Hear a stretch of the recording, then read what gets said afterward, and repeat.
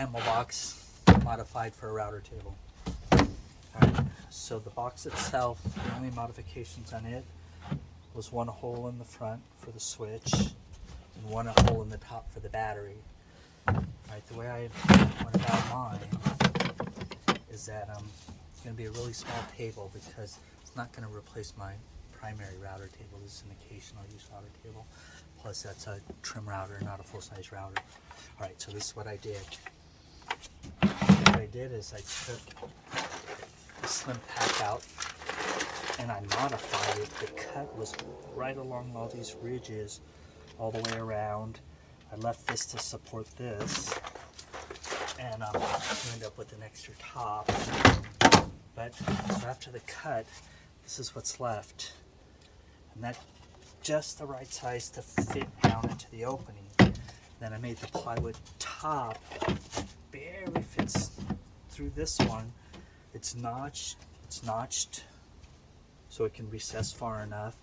There's a little lip here, so I actually have to make a secondary, or I could have just made the table narrower.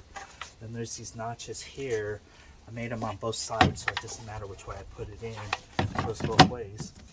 And so it actually locks and it just clears. And once here, it just snaps in like standard. Okay, now where the router is going to go in, it will router.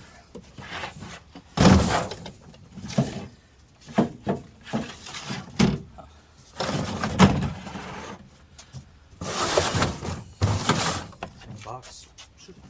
There it is. The router's in the box. So this was really tight. So to make this work, this took a lot of notching. So this had to be beveled, and this is square, and that width is the size of the 12 amp hour battery. So watch, again, very tight. The trick is that this always hits that spot, which pivots in. Everything just clears and then just drops in like that. To get it out, you're going to have to push here to pivot it out, pivot it and grab it. The same thing, you have to get to that exact spot. There's no other spot that will pivot out. Any other way will fight it, and it's out. That's what the 12 with the smaller batteries is a little bit easier. I'm going to go ahead and run set this in. So my intention is that it's gravity held. It's not I'm not going to fasten this in. It's an occasional use. Scrap wood.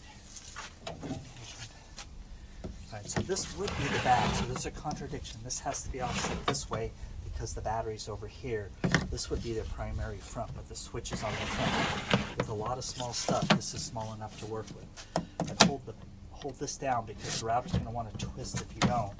That doesn't matter when you're using it, so hold this. Start it.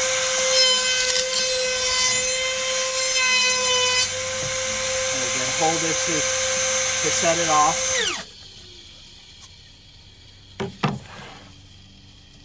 There you have it again, to get it out.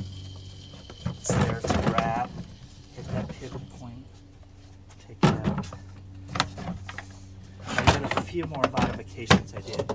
So this could have been scrapped, but what I did is I cut all these out because the problem, this sat on the top at first, but if there was any chance to use this, it needed to recess.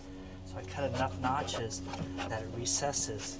It still has this problem that these corners can't be cut and it snugs down, pushes that out, but it goes down far enough to get this on top.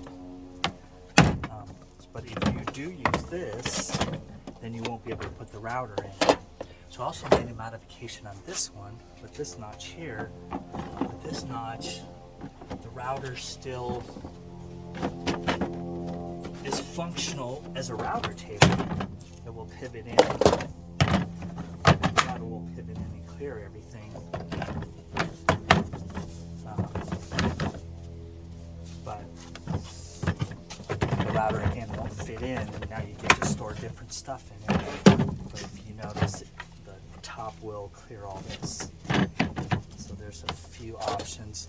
So check this out. I don't store my router, any of my tools, in my pack out boxes because I give them the rollouts because I need them to be more more accessible than in a box. So this isn't going to hold the router itself, not even the accessories, because this is an accessory table. And the majority of this is going to be whatever material or I choose to store in underneath.